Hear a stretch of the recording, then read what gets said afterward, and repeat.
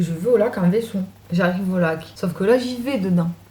Mais là, je me vois pas en vue panoramique, vu que je vis mon rêve. C'est-à-dire que moi, là, à ce moment-là précis de mon rêve, je n'ai pas conscience que c'est le lac de la dernière fois, que je suis cet être aquatique. Vous voyez ce que je veux dire? Moi, je suis moi, en fait. Donc là, je rentre dans l'eau. Je vais vite, en fait, dans l'eau. Moi, je croyais que j'étais encore dans un vaisseau, par exemple. Vous voyez? Dans l'eau. Et en fait, d'un coup, il y a des trucs qui me rejoignent. Et d'un coup, on va vite, comme ça, mais vite, vite, vite, tous ensemble, genre. En fait, je me rends compte qu'on nage, en fait.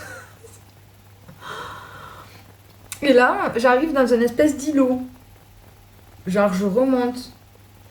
Et il y a la terre, là. C'est un îlot, une grotte. Mais, vous voyez, enfin, de partout, enfin, je sais pas comment. Bref, je sors de l'eau, je monte sur la terre. Et là, elle m'attendait.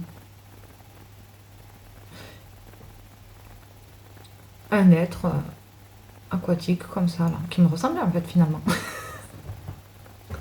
C'est trop étrange à dire, mais genre dans mon rêve, genre c'était ma mère. C'était bizarre. C'était trop bizarre. Et donc on se parle. Euh, Bien évidemment, je me rappelle pas de tout, la conversation et tout. Mais en gros, elle me dit que je dois me reposer, je sais pas quoi. Que ça y est, maintenant je suis libérée. Nanana, enfin, je sais pas, en gros, un chalag. Et en vrai de vrai, je me repose pour de vrai. Je suis fatiguée, genre. Elle me fait des soins, des incantations, je sais pas quoi. Et là, à un moment donné, elle me dit, bon, je vous passe pareil des trucs un peu futiles, mais elle me dit, bon, tu veux faire quoi? Tu veux rester maintenant ici ou tu veux retourner là-bas? Et moi, je lui dis, ben non, mais je dois retourner là-bas, il y a mon fils et tout, il a besoin de moi. Enfin, le truc lunaire, quoi. Et là, elle me dit, oui, ok, par contre, je suis désolée, mais il faut qu'on le garde. Je comprends pas pourquoi elle me parle. Elle me dit, c'est pour la continuité de l'espèce, je sais pas quoi. Et là, en fait, en gros, elle me prend un truc dans moi. Et je tourne elle va vers le mur de la grotte. Et en fait, c'est comme un bébé œuf, enfin, je sais pas trop, un embryon, j'en sais rien. Bon. Et il y en avait plein, en fait, dans le mur, dans des boules, enfin des boules, des trous.